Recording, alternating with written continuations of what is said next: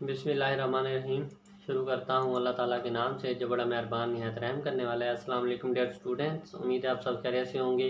जैसा कि आप जानते हैं हमारा जो है वीक नंबर 8 स्टार्ट हो गया है और जो हमारा चैप्टर नंबर है वो भी 8 ही है।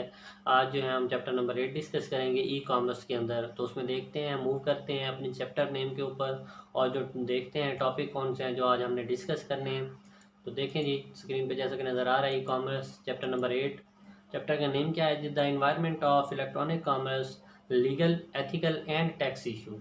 तो ये जो है आज हम डिस्कस करेंगे। इसमें देखें जी, लेक्चर नंबर 1 में जो हमारे टॉपिक्स हैं डिस्कशन के लिए वो कौन कौन से हैं। फर्स्ट है जी the legal environment of electronics commerce. जो लीगल इन्वायरमेंट है इलेक्ट्रॉनिक्स कॉमर्स का वो हम पढ़ेंगे।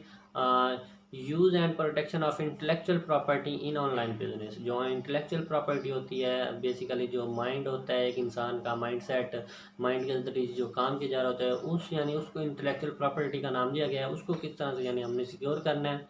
तो मूव करते हैं हम आज के जो पहला टॉपिक है the legal environment of electronics commerce. Business that operate on web must comply with the same law and regulation that govern operation of all business. कि वैसे फिजिकली जो तमाम बिजनेस जो हो रहे होते हैं या कारोबार जितने भी लोग कर रहे होते हैं फिजिकली, उनके जो रूल्स रेगुलेशन होते हैं ऑनलाइन यानी जो कॉमर्स हो रही होती है इलेक्ट्रॉनिक्स कॉमर्स यानी वहाँ पर ऑनलाइन जो बिजनेस कर रहे होते हैं उनके लिए भी वही रूल्स एंड रेगुलेशन होते हैं। If they do not they face same set of penalties. यानी अगर वो उनको फॉलो नहीं करते तो उनके लिए भी वही पेनल्टीज़ हैं, उनके लिए भी वही सज़ा है जो एक फ़िज़िकल यानी बिजनेस कर रहे होते हैं उनके लिए। Fine, reparation payments, court impose dissolution and even jail time for officers and owners that any business face. यानी फिजिकल बिजनेस के लिए जो पेनल्टीज़ हैं, सज़ाएँ हैं, वही सज़ाएँ जो है ऑनलाइन कॉमर्स जो कर रहे हैं या ऑनलाइन बिजनेस जो कर रहे हैं उनके लिए भी वो सेम पेनल्टीज़ हैं। तो देखें जी next, business operating on web face two additional complicating factor as they try to comply with the law। यानी जो ऑनलाइन बिजनेस कर रहे हैं उनके लिए दो अलग से फैक्टर हैं, दो दो एडिशनल ऐसे कह सकते हैं कि जिनको मस्ट यानी उन्होंने फॉलो करना होता है। उसमें कौन कौन से हैं जी देखें। First the web extend company reach beyond traditional boundary. के ट्रेडिशनल जो बाउंड्री होती है उसको क्रॉस नहीं करना, उसके अंदर रह के जो काम है वो करना है उस कंपनी ने, उसको एक्सटेंड नहीं करना। Second the web increase the speed of efficiency of business communication. तो सेकेंड जो है एक चैलेंज होता है उनको जो उन्होंने फेस करना होता है वो ये कि उन्होंने अपनी जो कम्युनिकेशन है बिजनेस के अंदर उसको क्या इंक्रीज करना होता है, उसकी एफिशिएंसी को बढ़ाना होता है। तो ये दो एक्स्ट्रा चैलेंजेस उनको फेस करने पड़ते हैं बजाय जो फिजिकल जो है बिजनेस कर रहे होते हैं उनकी निस्बत। देखें जी, बॉर्डर एंड जुरिडिक्शन। जुरिडिक्शन का मतलब यहाँ पर दायराकार है यानी बॉर्डर्स के अंदर रहना और जुरिडिक्शन के अंदर रहकर किस तरह से उन्होंने अपना जो है बिजनेस रन करना है। When people travel across international border they are made aware of transition in many way. यानी जब वो यानी आउट ऑफ कंट्री जाते हैं या किसी और कंट्री में अपने बिजनेस को इनहांस करना चाह रहे हैं तो वो यानी इस चीज़ से अवेयर होते हैं कि हमने अपने जो है जुरिडिक्शन के अंदर रह के तमाम काम करने हैं। पावर, उसमें इफेक्ट्स, लेक्टिमेसी। उसमें लेक्टिमेसी क्या होता है जी, हमारे पास कानूनी हैसियत कितनी है, उसके पास पावर कितनी है, कितना इफेक्ट कर सकता है। नोटिसेस, तो ये तमाम चीज़ें उसने क्या है फॉलो करनी होती हैं। इस दायराकार के अंदर रह के उसने जो है अपने बिजनेस को इन्हांस करना होता है। नेक्स्ट देखें जी, ये देखें जी, physical geographic boundary, legal boundaries. यहाँ फिजिकल बाउंड्रीज है, यहाँ लीगल। उसमें power, control over space, people and object, effect stronger are on people and things that are closer. Legitimacy यानी उसमें देखा जाता है कि mandate the those people subject in the laws, उसको फॉलो करना होता है। Notice, people must know about the law obeyed. यानी और जो लोग वो जो नोटिस जो रूल्स एंड रेगुलेशन है उनको भी फॉलो करना होते हैं। तो ये एक जियोग्राफिक दिखाया गया है रूल्स एंड रेगुलेशन का लीगल जो हमारा लीगल एनवायरनमेंट है। नेक्स्ट देखें जी, jurisdiction on the internet. Internet के ऊपर किस तरह से जुरिडिक्शन को हमने कैरी करना है। A contract is promise or set of promise between two or more legal entities. यानी एक कॉन्ट्रैक्ट जो है या ऐसे समझ लें कि एक रिटर्न जो है वो कॉन्ट्रैक्ट लिखा जाता है। Person or corporation that provide for exchange of values goods services or money between among them. तो यानी कोई भी चीज़ है या कोई सर्विसेज है या पैसे वगैरह का लेन देन है तो एक कॉन्ट्रैक्ट लिखा जाता है। देखें जी, सब्जेक्ट मैटर जुरिडिक्शन, उसमें क्या है, जुरिडिक्शन देखें, subject matter jurisdiction is a court authority decide particular type of dispute, dispute होते हैं झगड़ा। The rules of determining whether a court has subject matter jurisdiction are clear and easy to apply, few dispute arise subject matter jurisdiction, यानी कुछ यानी झगड़ा वगैरह अगर हो जाए तो उसके लिए यानी उसके सोल्यूशन के लिए जो सब्जेक्ट मैटर जो है जुरिडिक्शन जो है अप्लाई किया जाता है। नेक्स्ट देखें, conflicts in law.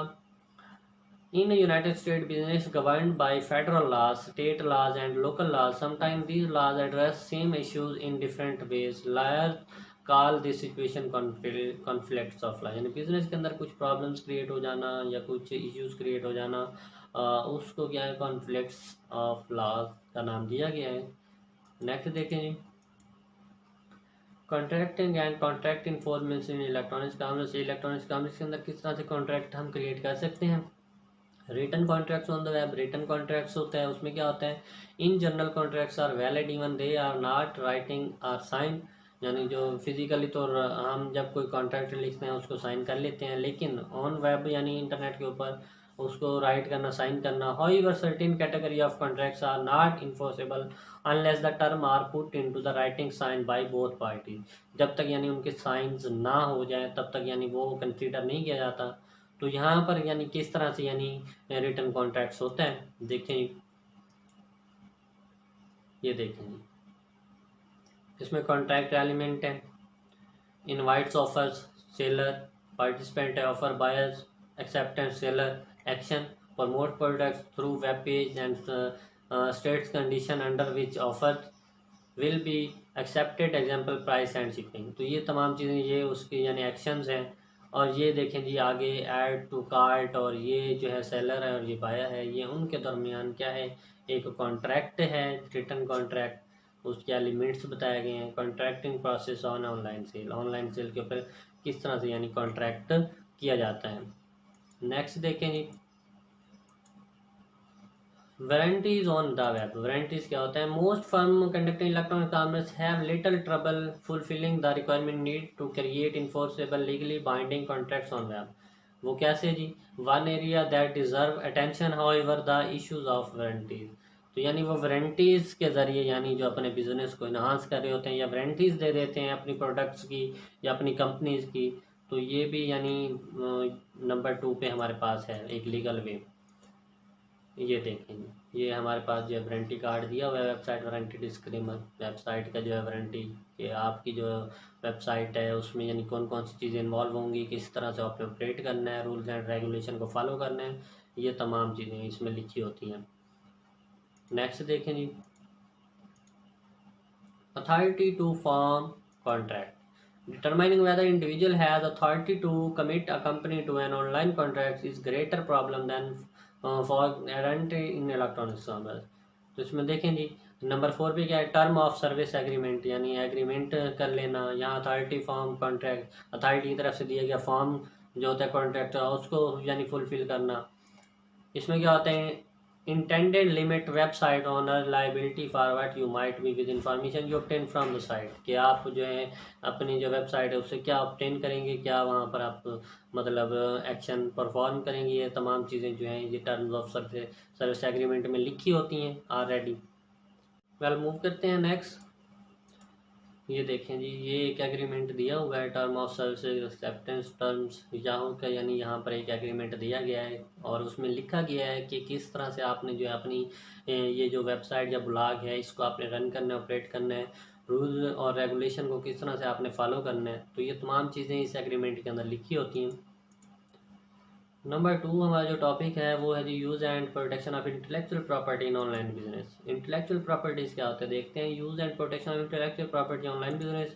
Online business must be careful in their use of intellectual property. Intellectual property is a general term that include all products of human mind.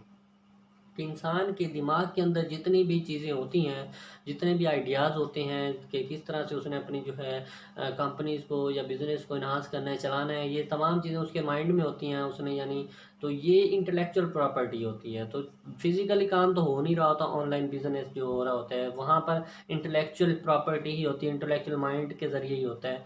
तो उसको किस तरह से यानी सिक्योर करना है। दीज प्रोडक्ट यानी भी टेंजिबल एंड इंटेंजिबल, यानी उनको देखा भी जा सकता है, छुआ भी जा सकता है, वो टेंजिबल भी हो सकते हैं, इंटेंजिबल भी हो सकते हैं। Online business must take care of avoid this effective trade practice, making false advertising claims, engaging defamation, product disparagement, ये तमाम चीज़ें यानी उसमें खदशा होता है। अभी हम फर्दर पढ़ेंगे। And violation of intellectual property rights by using unauthorized content on their websites और देयर डोमेन नेम, यानी जो है एक बिजनेस कर रहा है एक बंदा, तो उसके यानी वेबसाइट्स के ऊपर यानी उसको यानी बदनाम करने के लिए या उसके यानी इंटेलेक्चुअल प्रॉपर्टीज़ को चुराने के लिए या उसको मतलब फर्दर को मतलब cyber crimes, different kind of cyber crimes हैं, कोई भी यानी वो क्रिएट कर सकता है। तो उसमें देखते हैं हम फर्दर किस तरह से हम इंटेलेक्चुअल प्रॉपर्टी को सिक्योर कर सकते हैं। वेबसाइट कंटेंट इश्यूज उसमें आ जाते हैं हमारे पास। कॉपीराइट्स इन्फ्रिंजमेंट, यानी जो हमारे कॉपीराइट्स हैं उनकी खिलाफ वर्जी हो जाती है। Copyright is a right granted by government to a third or creator literally artistic work. Patent registry infringement यानी आ जाती है उसमें, यानी रजिस्ट्री की खिलाफ वर्जी करना। उसके बाद जी ट्रेडमार्क इन्फ्रिंजमेंट, यानी जो निशान होता है एक कंपनी का, यानी जो उसको रजिस्टर्ड मिला हुआ होता है उसकी यानी खिलाफ वर्जी। तो ये यानी वेबसाइट कुछ कंटेंट्स इशू आते हैं, कॉपीराइट्स के आते हैं, पेटेंट के और ट्रेडमार्क के। तो इसको किस तरह से रिजॉल्व करना है। Domain name cyber scattering and names stealing, यानी कुछ साइबर क्राइम यानी जो होते हैं, जो वहाँ पर हैकर होते हैं, वो क्या करते हैं जी, डोमेन नेम या साइबर स्कैटिंग या नेम स्टीलिंग, यानी नाम उनका नाम यूज़ करके यानी अपनी जो है कुछ सर्विसेज या कुछ प्रोडक्ट्स जो हैं वो अपनी सेल कर रहे होते हैं। Cyber squatting is practice of registering domain name that is trademark of another person, company in the hopes that owner will pay a huge amount of money acquire the URL, यानी वो असल में तो किसी और की है, यानी कंपनी या किसी और का बिजनेस है, उसके URL को कॉपी करके यानी अपना जो बिजनेस रन कर रहे होते हैं। A related problem called name changing occur when someone registered purposely misspelled variation of well-known domain name, यानी उसका domain name misspelled करके या यूज़ करके, यानी साइबर क्राइम में ये काउंट होता है। तो ये इस तरह से भी उनकी इंटेलेक्चुअल प्रॉपर्टीज़ को क्या है यानी चुराया जा रहा होता है और उसको फर्दर यानी आगे जो है डिफेम किया जा रहा होता है। देखें जी, protecting of intellectual property online, कि हम ऑनलाइन जो है इंटेलेक्चुअल प्रॉपर्टी को किस तरह सिक्योर कर सकते हैं, प्रोटेक्ट कर सकते हैं। डिफेमेशन है उसमें, डिफेमेशन क्या है, बदनामी होती है। A defamatory statement is statement that falls and that injures the reputation of another person or company, यानी किसी कंपनी या किसी पर्सन के जो है रिप्यूट को यानी चैलेंज करना, उसको यानी बदनाम करना, तो ये यानी उसके अंदर यानी आ जाता है, डिफेमेशन के अंदर आ जाता है। तो डिफेमेशन से बचाने के लिए मतलब because of the difference between justifiable criticism, defamation can be hard determined. Commercial websites should be avoid making negative evaluate statement about the other person or product. तो कुछ भी नेगेटिव या कुछ यानी इस तरह से जो रिलेटेड नहीं होंगी उस कंपनी से, तो कोई भी यानी यहाँ पर वहाँ पर कोई प्रोडक्ट या कुछ भी आएगा तो उसको वो क्या करेंगे, अलाउ नहीं करेंगे। नेक्स्ट देखें जी, destructive trade practice protection prevent another firm from using same or similar name logo, यानी एक ही नाम से सेम लोगो से यानी जो मतलब दूसरों की वेबसाइट या बिजनेस रन कर रहे होते हैं। एडवर्टाइजिंग रेगुलेशन है उसमें, देखें United State advertising regulation primarily by Federal Trade Commission FTC publish regulation investigate claim of false advertising, यानी फॉल्स एडवर्टाइजिंग करेंगे रॉन्ग तो उसको क्या है वो निगलेक्ट कर दिया जाएगा। बैड एडवर्टाइजिंग इश्तारबाजी है। कंज्यूमर लैंडिंग एंड लीजिंग है, कर्ज और ठेका जो है। एंडोर्समेंट एंड टेस्टिमोनियल, तस्दीक करना, तारीफ़ करना। एनर्जी कंजप्शन स्टेटमेंट होती है उसमें, होम अप्लाइंसेस के लिए गारंटीज और वारंटीज दी जाती हैं, प्राइसेस बताई जाती हैं। तो ये तमाम चीज़ें जो हैं उसके अंदर कैरी की जाती हैं प्रोटेक्शन के लिए। तो ये जो लेक्चर नंबर 1 है हमारा जो यहाँ पर एंड हो गया। उम्मीद है आपको समझ आ गया होगा कि किस तरह से इंटेलेक्चुअल प्रॉपर्टी को हमने सिक्योर करना है, प्रोटेक्ट करना है, और किस तरह से जो है हमने एक लीगल एनवायरनमेंट के अंदर रह कर अपना जो है बिजनेस है उसको रन करना है। तो लेक्चर नंबर 1 हमारा जो है यहाँ पर दी एंड हो गया। थैंक यू, अल्लाह हाफिज़, अपना ख्याल रखिएगा।